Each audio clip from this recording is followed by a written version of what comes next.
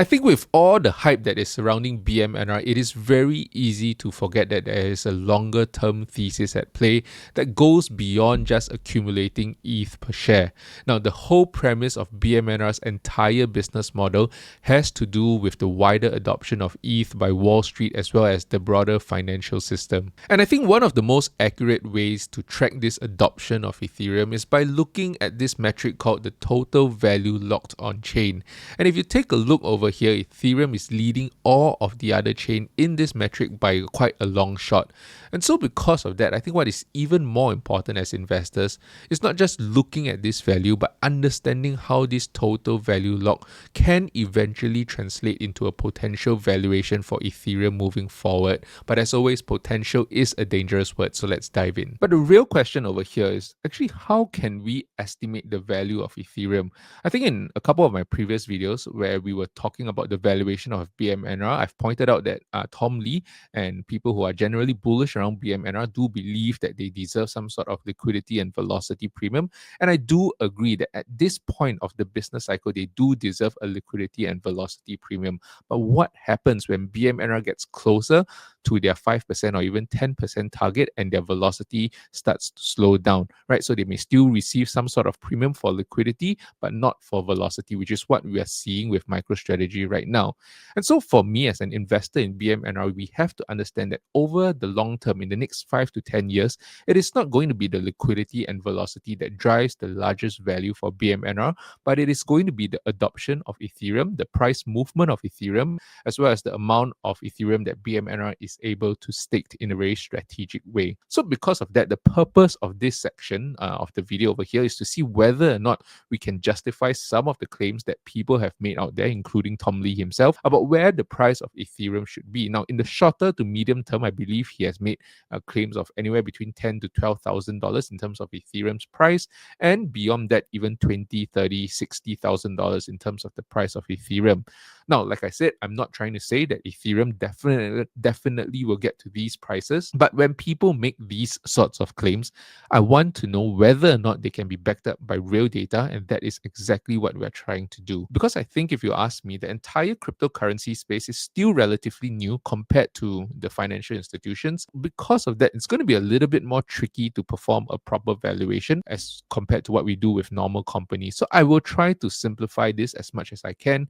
Of course, if you do need a subsequent video for me to break it down even more simply, do feel free to let me know in the comments, because I'm still figuring out what's the best way to explain this in a very simple manner. But this is basically just my initial thoughts of how I value Ethereum. And so the way I look at Ethereum is that I look at it like a company, right?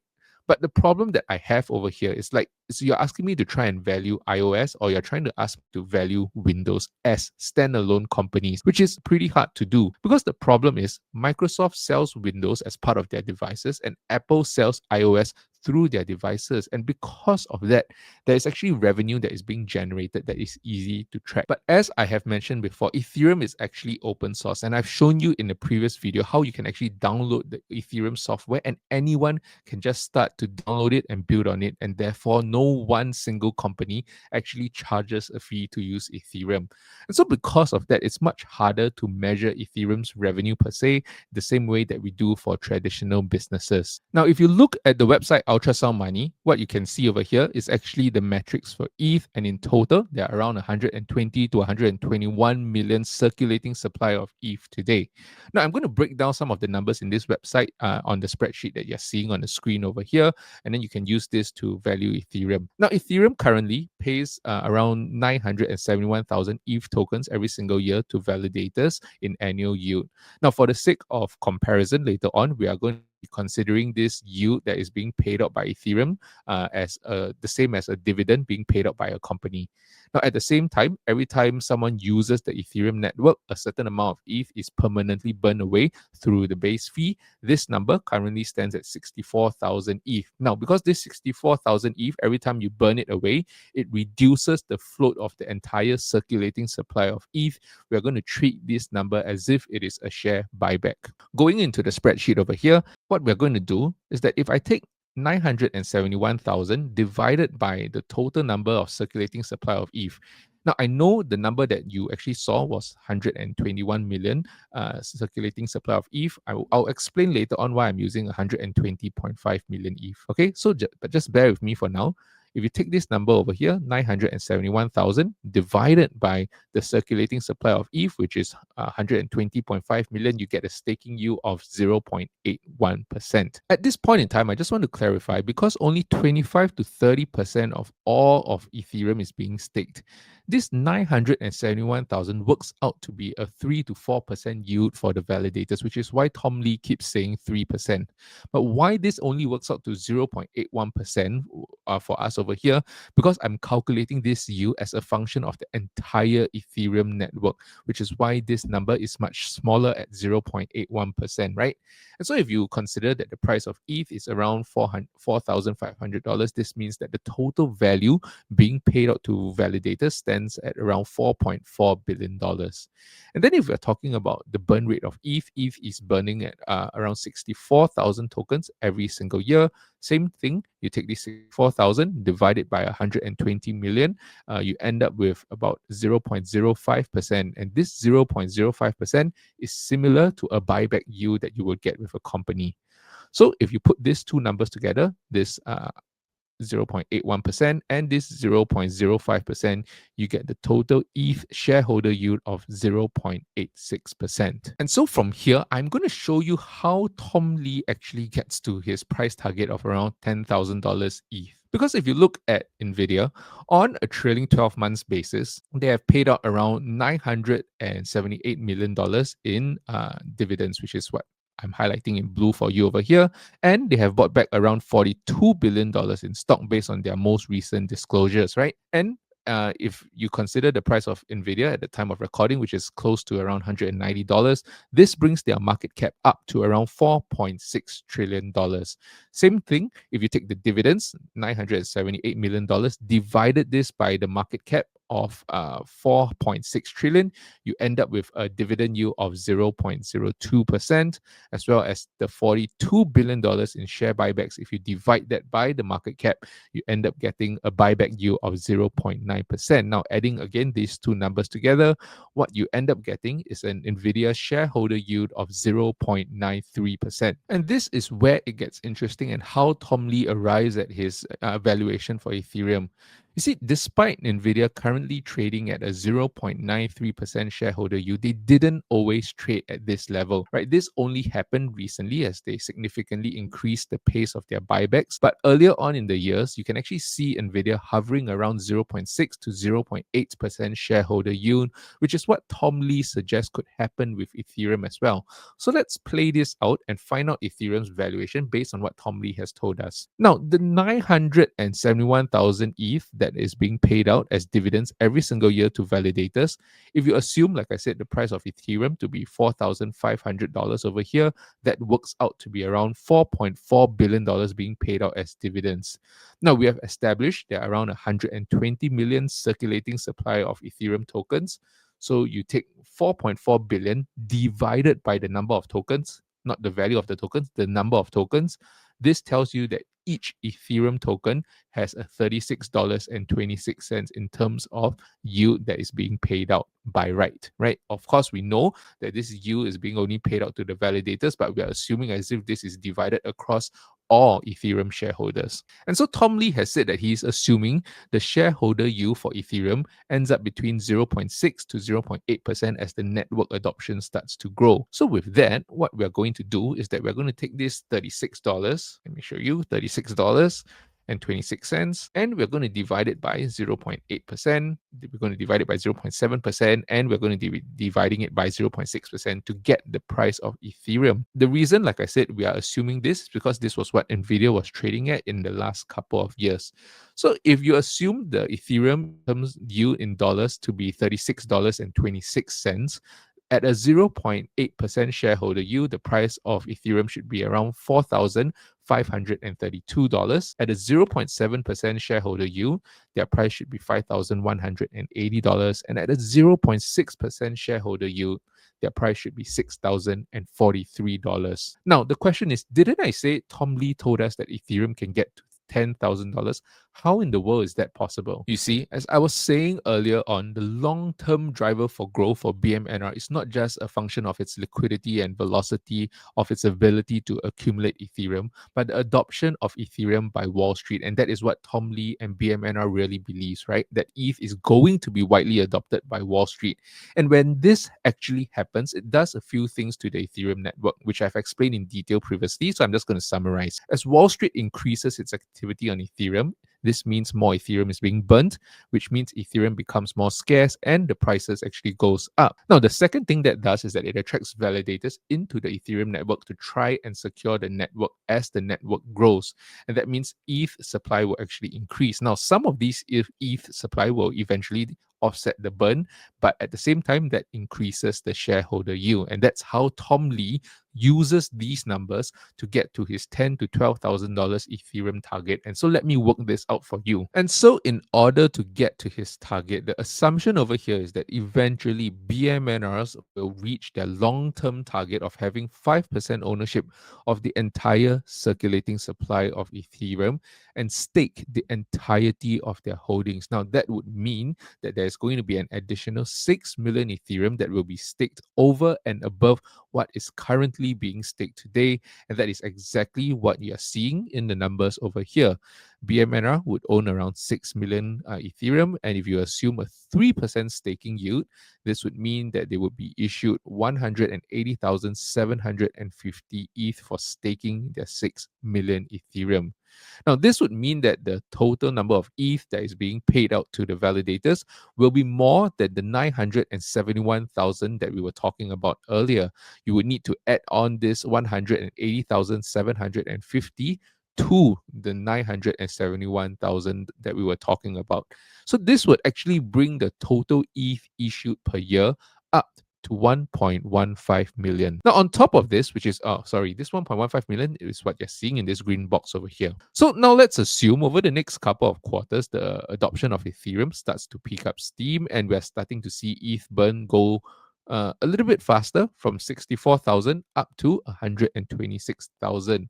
So this will somewhat control the supply of Ethereum, making it a little bit more scarce and therefore bringing the price up to perhaps $6,000. But let's be real, supplying the whole ecosystem with an additional 1.1 million ETH, burning off 128,000 really doesn't do much, right?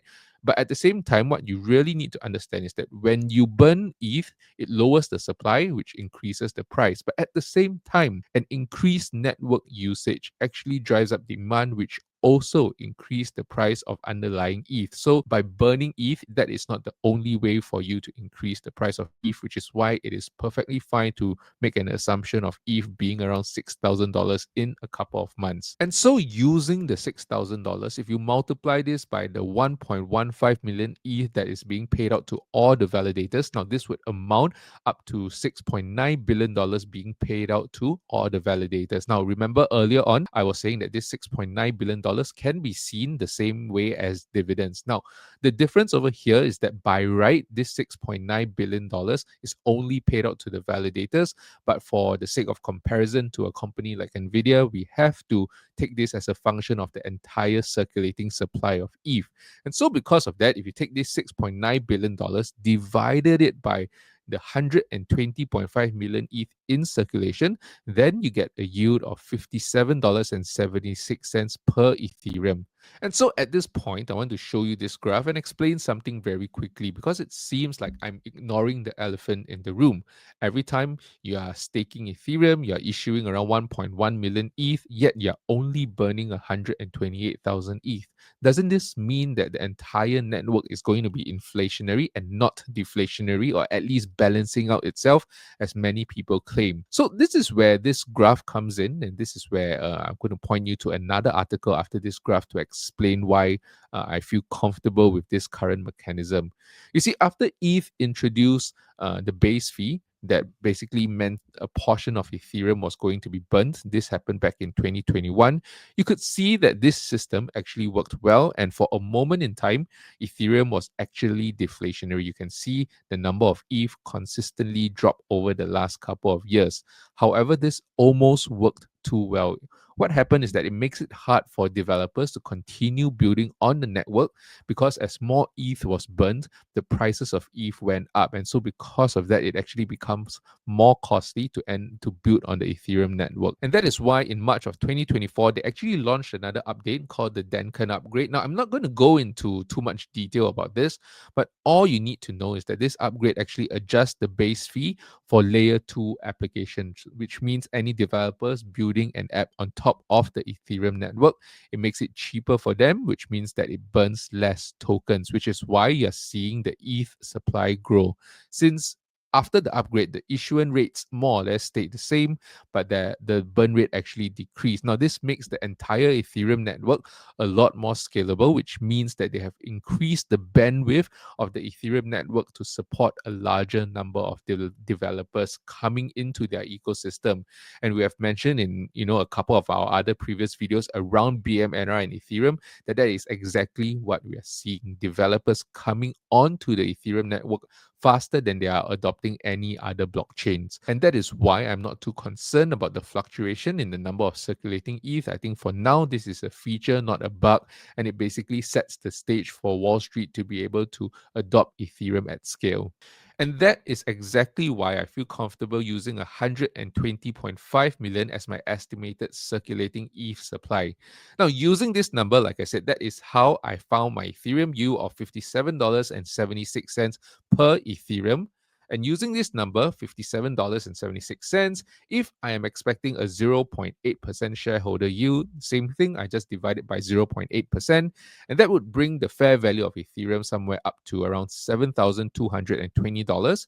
If I am expecting a 0.7% shareholder yield, the fair value of Ethereum would come in at around $8,252. And finally, if I'm expecting a 0.6% shareholder yield, that would mean the fair value of Ethereum would come in at $9,627, extremely close to Tom Lee's prediction of $10,000. But I think what is really fun is that if you take this number and you plug it into the BMNR's valuation that we were covering in the previous video over here, our assumption in this current working is until 31st of March, right? So 31st of March 2026. From where we are today on the 27th of October to the 31st of March, there are around 155 days. Again, I've done this valuation before. I'm not going to go through it again. I'm just going to plug the numbers in. Now, let's assume Ethereum gets to where Tom Lee actually thinks it will get to, $9,627. That's the price of Ethereum. This will bring the total value of Ethereum on BMNR's balance sheet to be around $58.7 billion. Now, at this point in time, because we are also accounting for 2 extra months, the bear case for the dilution will no longer be 50%. This will now be 110% dilution. And then from here, the base case would be 100% dilution, as well as the bull case being 90% dilution. Now, bear in mind again, the number of shares that we are using is this 313 million taken from the Carisdale short report. So in the bear case, with 110% dilution and an MNAV of 0.8, BMNR's price target on 31st of March 2026 would be around $71. Their price target in the base case with an MNAV of 1.5 would be around $141.29, as well as with an NF of 2.2. This is really Tom Lee's bullish case. Ethereum reaching $9,600 as well as trading at an MNAV of 2.2. This would put BMNR share price at around $218.13. And if you take an average of all of that, which is what my valuation model does over here, you would see that the price target on average is around $143.73 with a potential 185.1% upside from here. And all of this is actually without considering BMNR's real staking strategy, right? I'm just assuming a very fixed rate of 3%.